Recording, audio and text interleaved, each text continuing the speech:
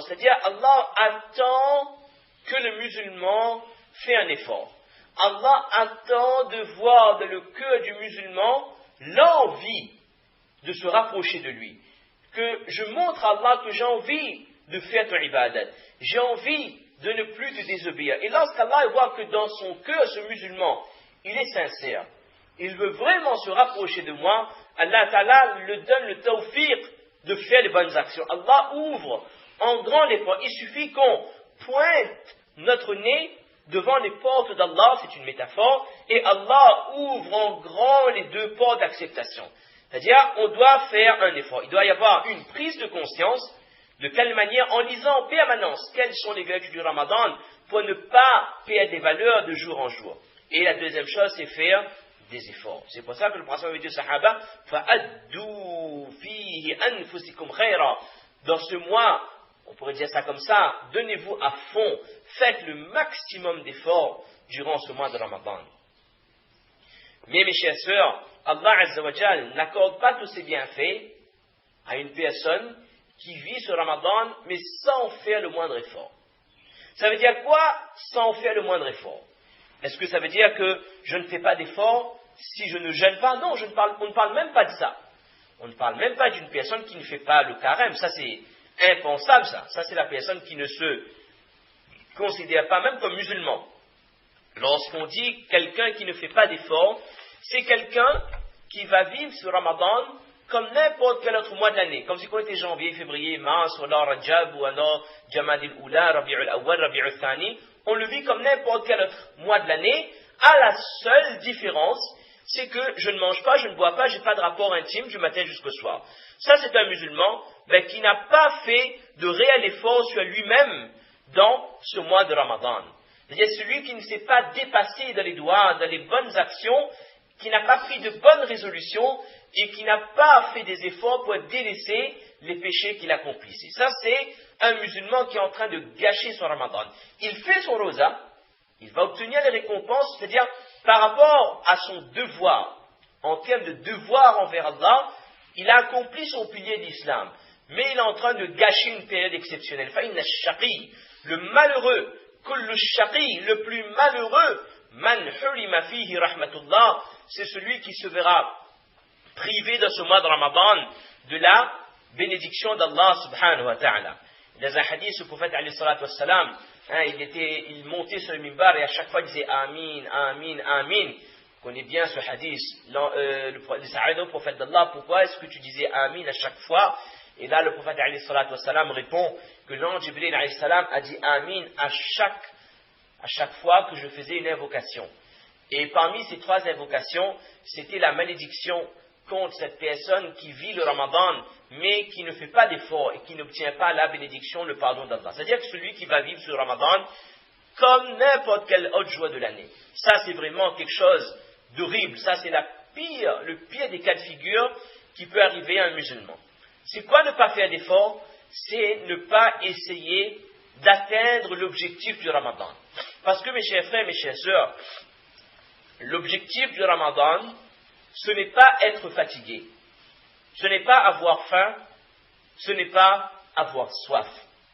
Lorsqu'Allah Ta'ala nous explique pourquoi il a révélé le Ramadan et qu'il l'a déjà accordé aux autres communautés avant nous, Ya ayyuhalladhina amanu kutiba alaykumus siyamu, le jeûne vous a été prescrit, kama kutiba ala alladhina min qablikum, tout comme il a été prescrit aux autres communautés avant vous. L'objectif, c'est quoi? La'allakum. Allah n'a pas dit la'allakum tajou'un. C'est pas pour que vous ayez faim, la'allakum tat'abun, ou que vous soyez fatigués. Vous pensez qu'Allah a besoin de voir ses serviteurs affamés, assoiffés, harassés? Allah n'a pas besoin de tout ça. Une personne qui a faim, qui ne mange pas, je ne parle pas du mois de Ramadan, une personne qui ne mange pas, qui se laisse aller, c'est quelqu'un qui est en train de cumuler des péchés, parce qu'il ne donne pas le droit à son corps. Donc en temps normal, le musulman se doit de se nourrir correctement, de manger, de se reposer, de ne pas se mettre dans une situation où il va détériorer sa santé. Mais dans le mois de Ramadan, Allah demande à l'être humain de rester sans manger, sans boire. Le but, c'est pas, comme on l'a dit, qu'on soit fatigué, parce qu'Allah, il n'a pas besoin de notre fatigue. Allah, il a des malaïkas, des anges qui ont été créés depuis les premiers jours de l'humanité, des malaïkas qui font sijda, qui sont en prosternation devant le trône d'Allah, d'autres qui sont en position de ruku', d'autres qui chantent les louanges d'Allah Azza wa Jal depuis leur création jusqu'au Qiyamah. C'est-à-dire Allah n'a pas besoin de nous pour faire des actes d'adoration. Allah attend de nous quelque chose de ce mois de Ramadan, la'allakum tattaqun, c'est qu'on développe en nous la taqwa. Que chaque musulman, chaque musulmane puisse développer dans son cœur la crainte d'Allah Azza wa Jal. La taqwa c'est quoi? C'est que en même temps, j'aime Allah et en même temps, j'ai la crainte d'Allah. Et si on fusionne ces deux sentiments,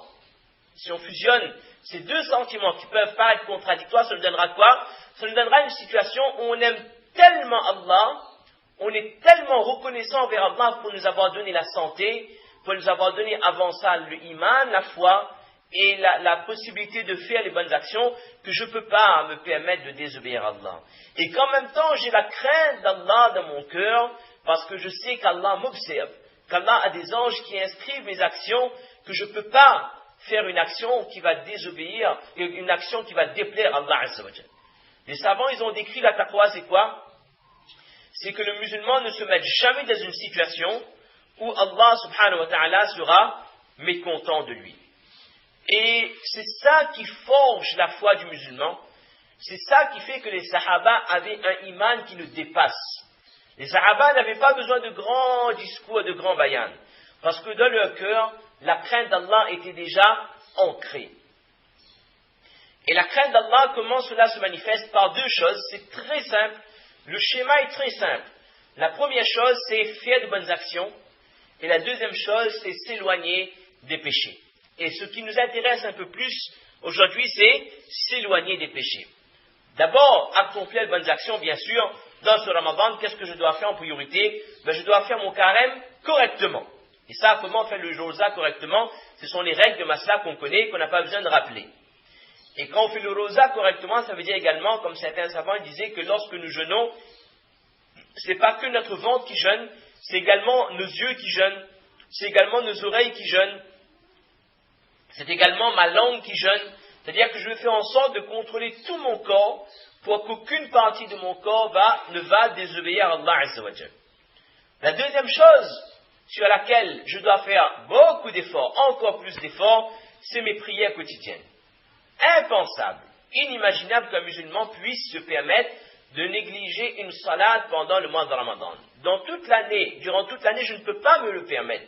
Dans le mois de Ramadan, je dois faire encore plus d'efforts, cette fois-ci, pour être régulier dans les heures de namaz, et si je suis un homme, de faire mes namaz en jamaat, en congrégation à la masjid, et c'est l'occasion de faire des efforts pour développer d'autres salades, les nawafil, faire des efforts pour la salat de tahajjud le matin, faire des efforts pour le shuruq, la prière du matin après le lever du soleil, faire des efforts pour les sunan avant les salawat, les sunan après les namaz qui sont faraz, etc., les namaz nawafil, etc., etc.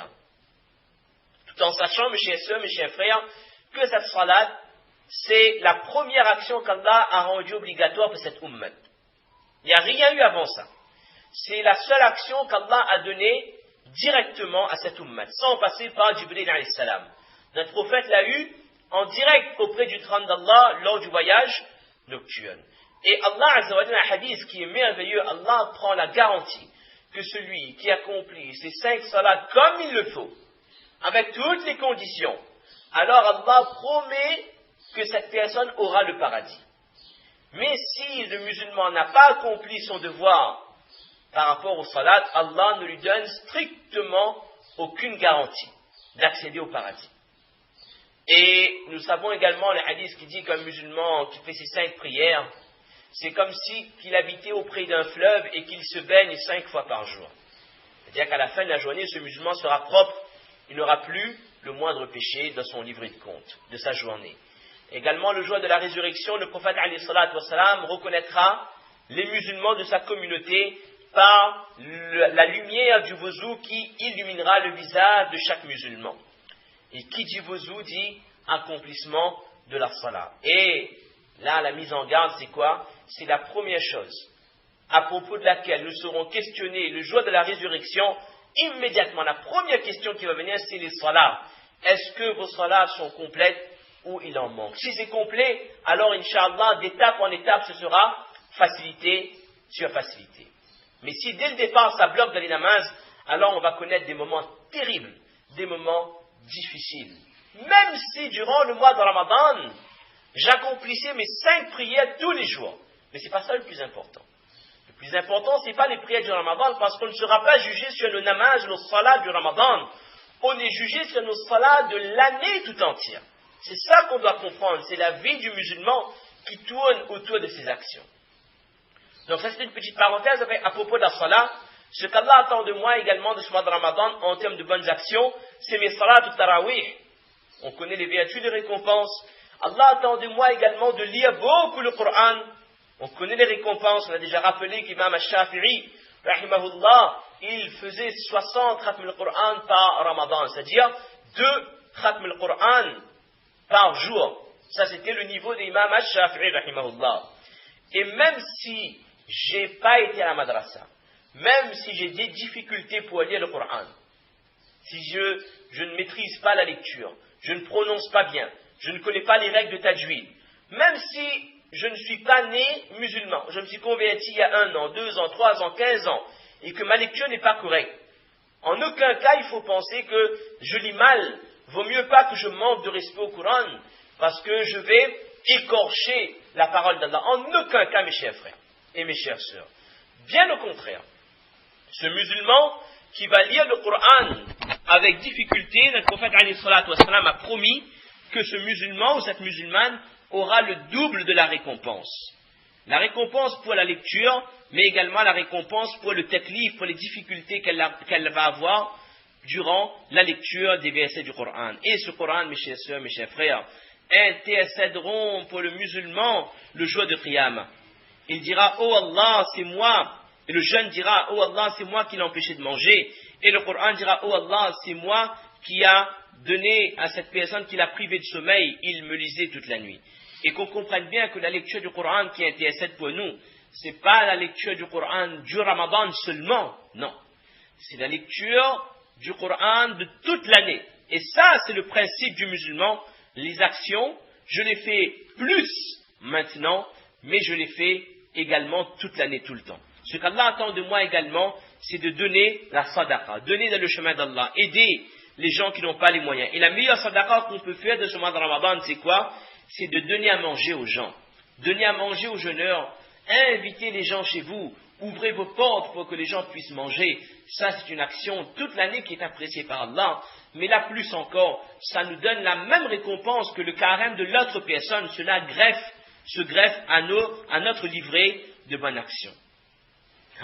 Ça, ce sont quelques actions qu'Allah attend de nous spécialement durant ce mois de Ramadan.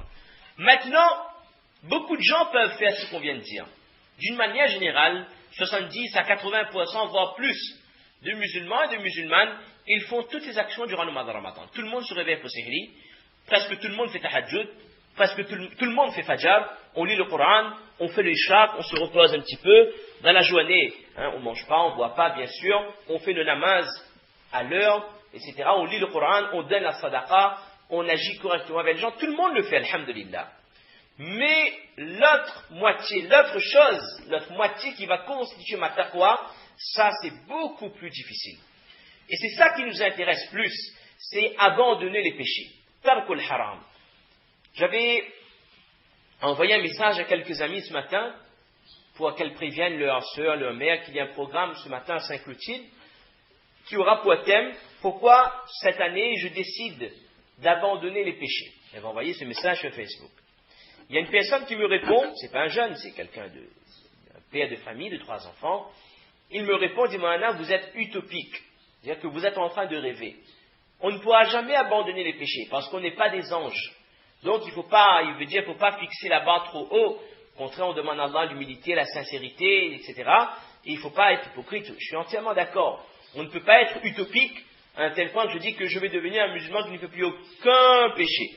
Si on peut, c'est possible. On peut devenir comme les Sahaba, d'accord? Mais certainement, on ne pourra pas vivre sans faire de péché, parce que c'est dans notre nature.